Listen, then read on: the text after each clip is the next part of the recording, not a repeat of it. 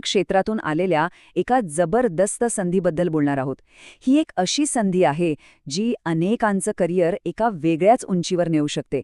चला तर मग याबद्दल सगळं काही जाणून घेऊया. ओके, तर सुरुवातच करूया एका मोठ्या पॉवरफुल आकड्याने. 400. हो, बरोबर ऐकलत. तब्बल 400 जागा. विचार करा, ही किती मोठी संधी आहे. खास करून ज्यांच्याकडे योग्य तांत्रिक कौशल्य आहेत त्यांच्यासाठी तर ही एक सुवर्ण संधीच म्हणावी लागेल. या संधीची संपूर्ण माहिती घेण्यासाठी आपण 5 महत्त्वाच्या टप्प्यांमधून जाणार आहोत.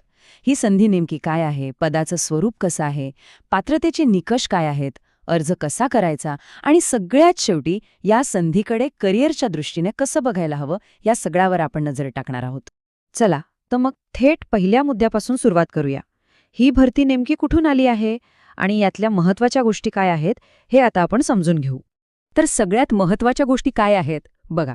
ही एक कॉन्ट्रॅक्ट बेसिसवरची नोकरी आहे, म्हणजे 4 वर्षांपर्यंतचा करार असेल. पगारही एकदम सॉलिड आहे. सुरुवातीलाच तुम्हाला 19,900 रुपये प्लस डीए मिळणार आहे. आणि सगळ्यात भारी गोष्ट, अर्ज करायला 1 रुपयाही लागणार नाही. म्हणजे ही संधी खरंच सगळ्यांसाठी आहे. आता डेंजर बिल्डिंग वर्कर हे नाव ऐकून थोडं आश्चर्य वाटू शकतं. मनात अनेक प्रश्न येऊ शकतात, बरोबर. पण घाबरू नका. हे नाव जरी वेगळं असलं तरी या कामाचं महत्त्व खूप मोठं आहे. चला तर या पदाचा नेमका अर्थ काय आहे ते सोप्या भाषेत समजून घेऊया. आता हे लक्षात घ्यायला हवं, ही काही साधीसुधी 9 ते 5 वाली नोकरी नाहीये. हे काम आहे दारुगोळा आणि स्फोटकांशी निगडीत. म्हणजे इथे जबाबदारी आणि अचूकता याला प्रचंड महत्त्व आहे. आपण बोलतोय थेट देशाच्या सुरक्षेबद्दल. त्यामुळे या कामाला एक वेगळीच प्रतिष्ठा आहे, एक वेगळाच दरारा आहे. याचाच अर्थ या कामाकडे फक्त एक धोका म्हणून पाहू नका. उलट देशाच्या संरक्षणात आपलं योगदान देण्याची ही एक मोठी संधी आहे.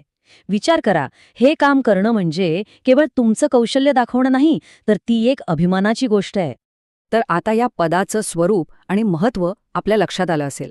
चला तर मग पुढे जाऊया आणि बघूया की या महत्त्वपूर्ण भूमिकेसाठी अर्ज करायला नक्की कोण पात्र आहे आणि त्यासाठी काय काय निकष पूर्ण करावे लागतील. या 400 जागांची विभागणी विविध प्रवर्गांमध्ये अगदी योग्य प्रकारे केली आहे. म्हणजे सर्वसाधारण, ओबीसी, एससी, एसटी सगळ्यांसाठी इथे जागा आहेत. आणि हो, एक महत्त्वाची गोष्ट म्हणजे माजी सैनिकांसाठी यात विशेष आरक्षण ठेवण्यात आलेलं आहे. या पदासाठी अर्ज करायची पहिली आणि सगळ्यात महत्त्वाची अट म्हणजे तुमच्याकडे नॅशनल अप्रेंटिसशिप सर्टिफिकेट असायलाच हवं. हे सर्टिफिकेट म्हणजे तुमच्या टेक्निकल ज्ञानाचा आणि कौशल्याचा एक प्रकारे पुरावा आहे. इथे एक गोष्ट लक्षात घेण्यासारखी आहे. या भरतीमध्ये AOCP म्हणजे अटेंडंट ऑपरेटर केमिकल प्लांट या ट्रेडला जास्त पसंती दिली जाणार आहे. पण थांबा, याचा अर्थ असा नाही की इतरांना संधी नाही. बिलकुल नाही. फिटर, मशिनिस्ट, टर्नर अशा अनेक ITI ट्रेड्समधले उमेदवारसुद्धा अर्ज करू शकतात. वयोमर्यादेबद्दल बोलायचं झालं तर ती 18 ते 40 वर्षांपर्यंत आहे. म्हणजे बऱ्यापैकी मोठी रेंज आहे.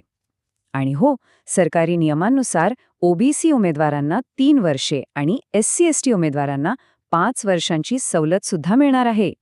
पात्रता आणि निकष समजून घेतल्यानंतर येतो तो सर्वात महत्त्वाचा टप्पा, तो म्हणजे अर्ज करण्याचा. ऐका, ही प्रक्रिया पूर्णपणे ऑफलाईन आहे. त्यामुळे प्रत्येक टप्पा अगदी काळजीपूर्वक समजून घेणं खूप गरजेचं आहे.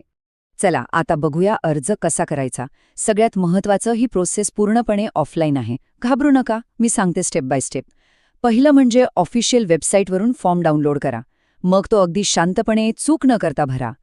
तिसरी स्टेप, तुमची सगळी डॉक्युमेंट्स, हो सगळ्या डॉक्युमेंट्सच्या कॉपीज त्याला जोडा.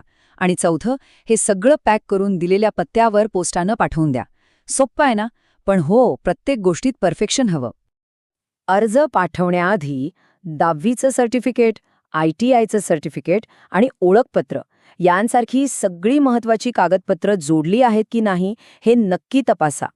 आणि एक महत्त्वाची टीप, प्रत्येक कागदपत्राची कॉपी सेल्फ अटेस्टेड म्हणजेच स्वसाक्षांकित असायला हवी, नाहीतर अर्ज बाद होऊ शकतो.